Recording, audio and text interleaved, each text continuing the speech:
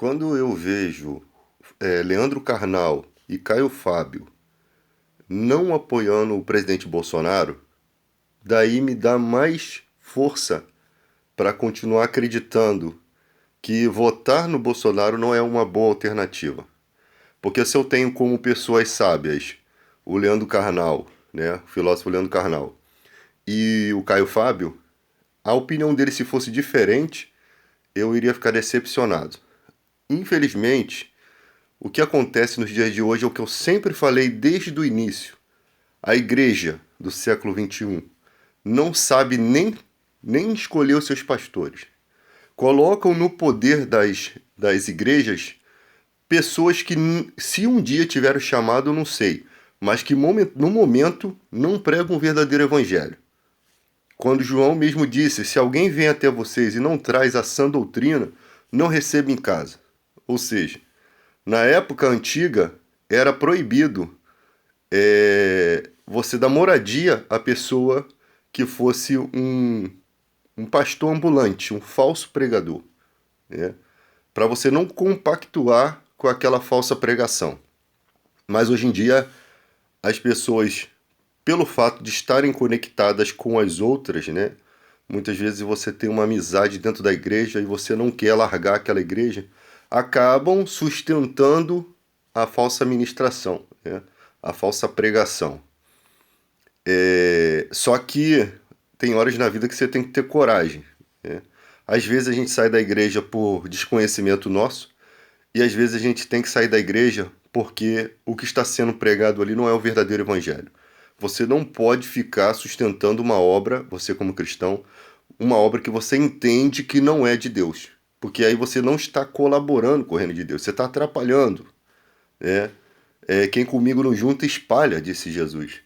Então você contribuindo com aquela obra ruim, o que que acontece? Os pastores manipulam os seus fiéis e fazem e pegam o voto desses fiéis, né? Até usam de ameaças, de mentiras, dizendo que o governo que vai vir vai proibir as igrejas de terem culto, vai obrigar pastores a fazer casamentos homossexuais, vai fazer, os pastores mentem na cara dura, né? Usam essas fake news, por isso que eles não querem ser criminalizados por isso. E ali a igreja fica manipulada e se sente obrigada a votar no candidato. Ou seja, misturou política com religião, não respeita a democracia. O máximo que um pastor poderia fazer é explicar que o pastor, que o presidente tal, o candidato tal, ele tem essas certas qualidades e o outro essas outras qualidades. Porque cabe ao pastor repreender, redarguir, né? Corrigir, redarguir e exortar. Cabe a ele, mas nunca manipular o voto das pessoas. Conduz o rebanho não como quem tem domínio dele. E hoje em dia você vê os pastores se sentindo dominadores do rebanho, chegando até a dizer que a pessoa que vota no candidato X tá votando, não merece estar na igreja, ou tá votando com o diabo. É tanta sujeira que você vê dentro das igrejas, tantas coisas erradas que você vê nessas circunstâncias. Não estou falando que sempre vai existir coisas erradas, mas nessas circunstâncias, tanta manipulação, que essa igreja que nós temos no século XXI, ela não existe como igreja, ela é uma seita, né? Que é ligada à maçonaria, possivelmente, e está totalmente de joelhos para o Deus da prosperidade. Tá totalmente, não dá para servir dois deuses. Ou você serve um e se desagrada do outro, ou você serve o outro e desagrada desse. Não dá para servir. E isso é bem provado quando você vê esses pastores que não têm o verdadeiro evangelho, não pregam o evangelho do reino, não conseguem pregar porque não tem unção para pregar, e ali ainda coloca na mente dos cristãos um monte de preconceitos, um monte de ideias erradas, né, um monte de pensamentos errados, fica um monte de gente alienada, e isso é uma intoxicação gospel, né? Eu chamo de intoxicação cristã. A pessoa está totalmente impregnada de falsos conceitos, falsas ideias, a ponto que elas nem conseguem mais ouvir a verdade. Porque a mentira para ela passou a ser a verdade. Tá? E ela não aceita ser confrontada porque ela fecha a questão naquilo que ela aprendeu, porque ela tem um apego ao ser humano, cara. Você não pode ter apego ao ser humano. Você é um cristão, um ser individual. Você tem que ter apego às escrituras. Porque se você não se apegar às escrituras, você vai deixar com que entre essas coisas no seu coração. Se as pessoas não conseguem identificar uma pessoa ruim, seja ela pastor, seja ela um político, quando vier um anticristo bonzinho fazendo milagres, como que elas vão identificar? Elas vão aceitar ele como se fosse Jesus. Então, em todo momento, você está à prova. Mas, infelizmente, alguns foram por esse caminho. E aí, irmãos, quando chegar as eleições, se o Bolsonaro vier a ganhar, isso sinceramente, a primeira coisa que vai fazer, que já está tramitando no Congresso, é a reforma trabalhista, tá? Eu estou aqui não forçando vocês a votar em ninguém, mas só exortando. A primeira reforma trabalhista de Temer, não havia necessidade de tirar o feriado dos trabalhadores da escala 12 por 36. Não havia necessidade.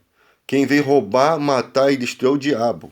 Então roubou um direito do trabalhador. O trabalhador da escala 12 por 36 hoje em dia não recebe feriado. O que tinha a ver isso com reforma trabalhista? Saía leis para favorecer empresários. E toda a reforma da reforma trabalhista sempre é para favorecer o empresário. O cara trabalha de segunda a sábado, ganha R$ 1.200 por mês. E o cara não tem vida familiar, o cara já estão querendo tirar o domingo, trocar o domingo pelo dia de semana. O cara trabalha de segunda a sábado. Ele todo dia acorda cedo, ele quase não convive com a família. E ainda massacram o trabalhador no serviço escravo e ainda acham que o problema é o direito trabalhista dele, que é aquilo que protege o trabalho dele. Porque é aquilo que, quando o cara sai de uma empresa, é um dinheirinho que ele tem para sobreviver, para se manter, até mesmo para comprar um terreninho e montar a casinha dele. Porque nesse regime, todos têm que ganhar. O patrão só vai ganhar agora. Você vai ficar sob ameaça a vida toda, porque se o patrão não tiver que te pagar a multa do FGTS, você vai viver sob ameaça constante no trabalho. Você vai fazer coisas. Se vocês querem acabar com o desemprego, vai no esporte de trabalho. Tem um monte de gente fazendo dupla função. Outras pessoas poderiam estar trabalhando ali, mas não. O patrão não respeita a sua profissão. Ele coloca você para fazer um monte de coisas que não é sua função. E ali caberia um outro empregado, mas os sindicatos são fracos, o Ministério do Trabalho é fraco, não há cobrança, eles fazem o que querem com o trabalhador. Eles tiram o trabalhador que tem um contrato de um posto e manda para o outro para ele fazer uma coisa que não tem nada a ver com a função dele. Tá? Trabalhadores que às vezes trabalham em funções de risco. Mas, se você podia não aceitar, como é que não vai aceitar? A pessoa precisa trabalhar. Não é porque a pessoa precisa trabalhar que vocês podem fazer o que vocês fazem. Mas eles não querem nem saber, porque eles lucram em cima disso. Quando a empresa terceirizada fecha um contrato com o empresário paga porque ele quer o serviço feito e a empresa quer lucrar em cima do trabalhador. Se tem um profissional que vai cobrar X e ele pode colocar outro porque ninguém fiscaliza, ele vai colocar outro que não tem, às vezes, NR35 para fazer um trabalho em altura, que não tem especificação ali de risco para lavar uma cisterna, uma caixa d'água, que não dão um equipamento de proteção adequado. E o trabalhador que acaba se lascando. Ele não pode dizer assim, não vou fazer porque eu não tenho equipamento adequado. Se ele falar isso, ele vai tirar o cara e vai botar outro. Aí a pessoa acaba fazendo. E isso é um desrespeito ao trabalhador, porque leis são para proteger o trabalhador. Então vai vir uma reforma, se preparem, se o Bolsonaro ganhar, virá uma reforma, porque ele sempre falou sobre isso. O povo vai ter que escolher menos direitos, mais trabalho. Ou seja, o argumento dele gerar emprego é tirar os seus direitos. E por isso que eles permitem que a situação fique assim. Na pandemia, poderia ser liberado o FGTS de todo mundo e melhorar a economia. Imagina todo um trabalhador podendo recolher seu FGTS. Depois que ele fosse demitido, a empresa tem um cálculo na Caixa Econômica, pagava os 40% sobre aquele cálculo, mesmo que aquela renda não estivesse dentro da Caixa Econômica mais, porque é um saque emergencial. Você injetava bilhões na economia. Você moveria o comércio, você moveria a indústria, você moveria tudo. E o auxílio emergencial seria mais para as pessoas desempregadas. Mas não querem fazer. Existem soluções e eles não querem. Por quê? Porque eles precisam manter o povo na desgraça para que eles possam subjugar cada dia mais, para que eles possam escravizar cada dia mais, para que a mão de obra seja cada dia mais barata. Mas o direito de escolher é de vocês. Isso é uma democracia. Você escolhe sofrimento ou liberdade. Aí é com vocês. Porque se acontecer, não foi por falta de aviso.